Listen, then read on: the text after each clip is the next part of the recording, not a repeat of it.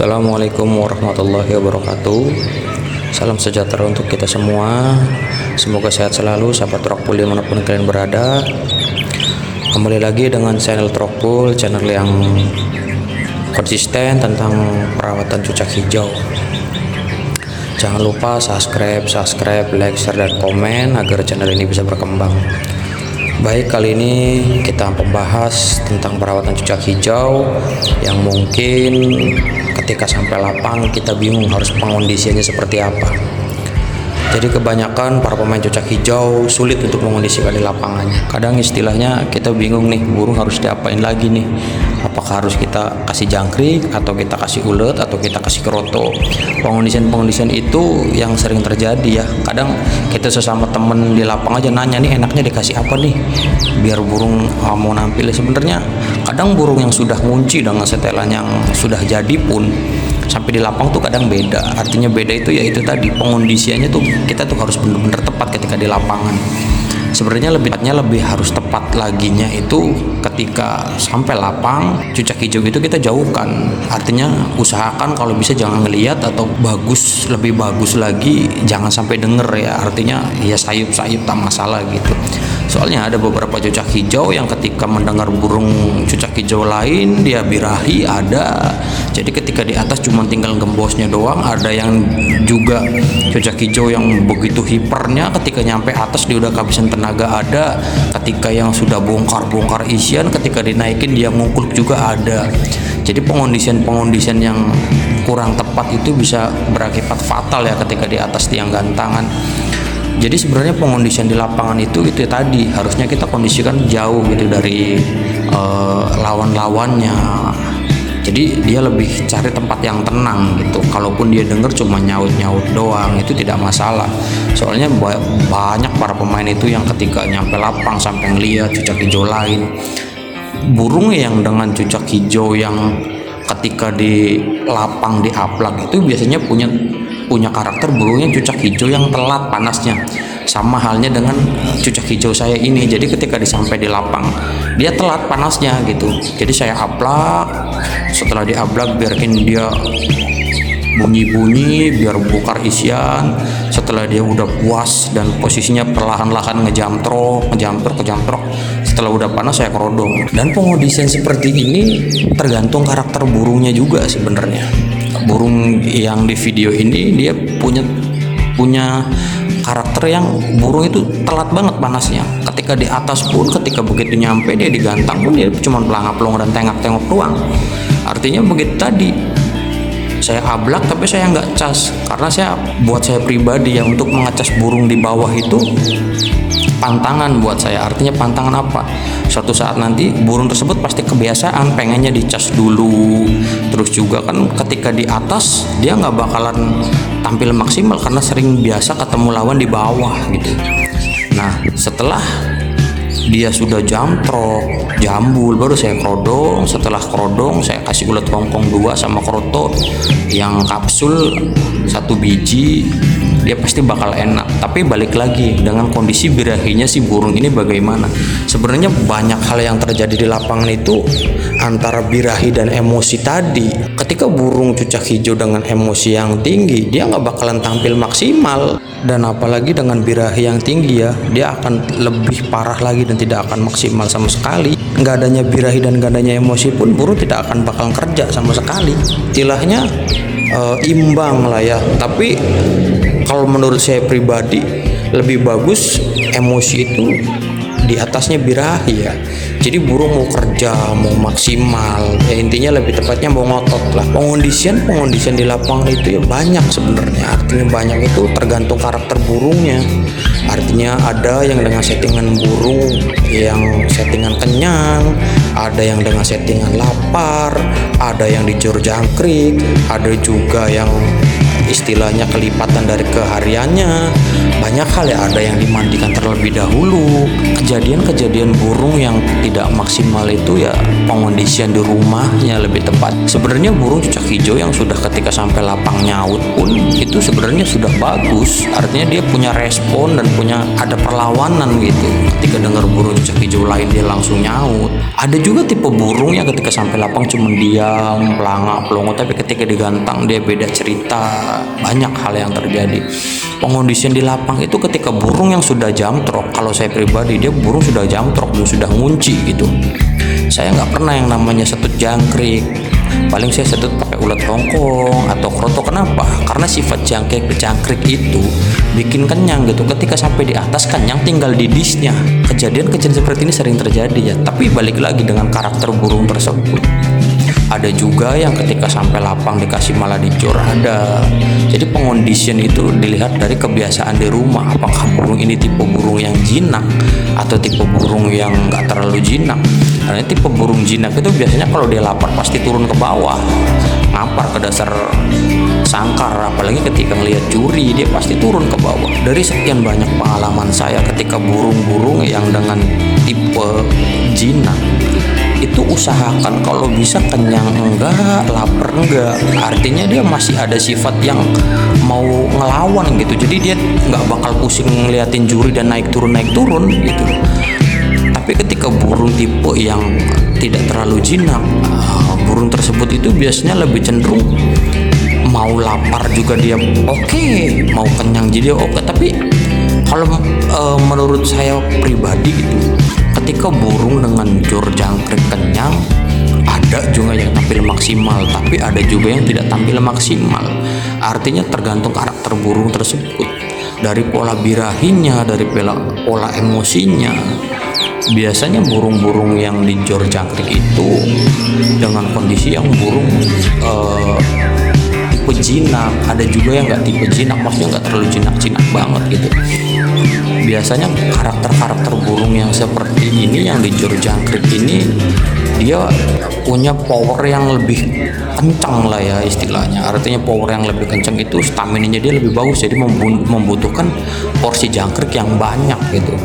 Beda dengan burung cucak hijau yang jinak. Burung jinak itu istilahnya kalau saya pribadi tuh gampang banget yang namanya birahi gitu. Sebentar sedikit birahi. Apalagi kalau sudah jangkriknya diemut terus dia bunyi krak-krik. Aduh, itu yang bikin kita pusing. Kalaupun cuman gembung melet atau misalnya krak itu masih bisa. Kalau udah dia ngemut jangkrik terus bunyi salto itu yang mungkin bikin kita repot gitu artinya. Kembali lagi ke awal tentang pengondisian di lapangan. Pengondisian di lapangan tadi sebenarnya lebih tepatnya itu tadi, kita jauhkan dari burung-burung lawan, kita kasih ketenangan burung cucak hijau kita.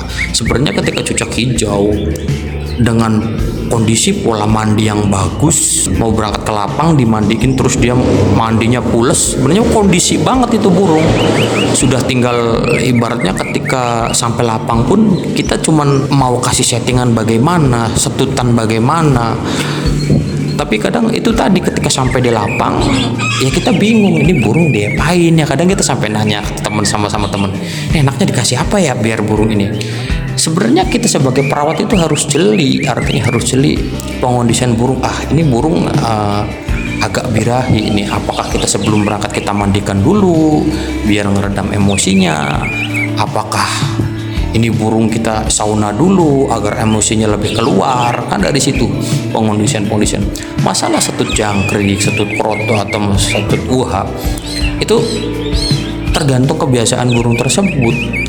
Ada juga yang ketika di lapang itu nggak disetut sama sekali tapi tampil maksimal. Ada yang cuman perawatan harian, istilahnya jangkrik biasa pagi 3, sore 3, sampai ke lapangan pun dengan setelan yang sama, paling cuman ditambah ulat Hongkong atau kroto. Cuman penambahan seperti itu juga banyak. Tapi kalau dari pengalaman saya dan teman-teman di lapangan ataupun senior saya ketika di lapangan itu biasanya begitu sampai kita kasih setutan jangkrik. Artinya kenapa kita kasih setutan jangkrik dulu? Artinya dia biar tenang dulu, dikasih makan dulu. Nah, setelah beberapa sesi sebelum naik, mungkin tergantung karakter burung itu. Artinya ada yang burung tipe yang tidak mau kenyang. Kalau burung saya ini, kalau ketika mau beberapa sesi mau naik, dikasih seton jangkrik, dia nggak bakalan jalan karena kenyang. Karena dia bukan tipe burung yang kenyang. Ketika kenyang ya udah, dia didis doang di atas, cuman bunyi ngungkluk-ngungkluk, ibaratnya kayak burung bertahan, ditembakin, istilah sentor sana sentor sini, bunyian sana sini, tapi dia cuman didis. Tapi ketika dia kondisi dengan lapar, artinya lapar tidak dengan kekenyangan, kebanyakan jangkrik atau kebanyakan ekstra puding, dia mau tampil maksimal. Dan ada cucak hijau satu lagi, ketika mau berangkat dia harus jor jangkrik. Ketika di jor jangkrik sampai atas enak. Ya itulah, perawatan cucak hijau itu beda-beda karakternya gitu. Tapi banyak sahabat rockbull ketika di lapang tuh bingung untuk pengondisiannya. Sebenarnya pengondisian yang lebih tepat itu tenangkan dulu burung cucak hijau tersebut. Artinya kita jauhkan biar dia tenang, dia juga untuk menyiapkan fisiknya, dia tidak terlalu mengeluarkan tenaga untuk nyautin burung-burung sekitar. Jadi kasih ketenangan. Kalaupun dia cuma nyaut biasa, istilahnya kayak bunyi di rumah, itu wajar. Tapi kalau dia dengan sautan yang ngeluarin tenaganya dia, terus ibaratnya jamtrok, itu kan memakan tenaga, staminanya dia itu keluar gitu. Jangan sampai setelah di atas burung tuh ngembos gitu, artinya nggak jalan-jalan tapi dia nggak mau buka isian. Ketika burung cucak hijau ngebuang isian itu, dia membutuhkan power yang benar-benar kuat gitu ya. Jadi kalau untuk saya pribadi, pengondisian di lapang itu ya itu tadi, kita jauhkan, kasih dia ketenangan, kita kasih jangkrik satu dulu biar dia makan. Nah, nanti kalau beberapa sesi mau naik, tergantung kebiasaan tadi. Artinya ketika burung sudah di lapang dengan karakter yang jamtrok, yang hiper, kita dekatkan sama lawan atau denger lawan, ya sudah, dia bakal di atas ya cuman tinggal ngungkluknya doang atau sudah kehabisan tenaga. Ada juga yang burung cucak hijau yang ketika misalkan burungnya dengan tipe ketika ngeliat hijau lain dia birahi, ada. Atau juga burung cucak hijau yang dengan panasnya telat. Kalau mungkin panasnya telat, yaitu tadi sama karakternya sama burung cucak hijau ini ya. Artinya kita ablak dulu, biarkan dia nyaut-nyaut. Ketika dia perlahan, biasanya dia perlahan ngejambul dulu, habis ngejambul baru dia ngetrok. Udah posisi sudah ngunci. Ada juga yang ketika diturunkan itu cucak hijau berubah, artinya berubah ketika dikerodong dia hilang jamtroknya atau hilang emosinya. Ada. Sebenarnya dari perawatan ini sahabat rockbull yang lebih tahu gitu, harus diapakan burung ini. Ada juga burung cucak hijau yang ketika sudah jamtrok, ketika dikerodong pun masih tetap jamtrok, dengan emosinya dia ada.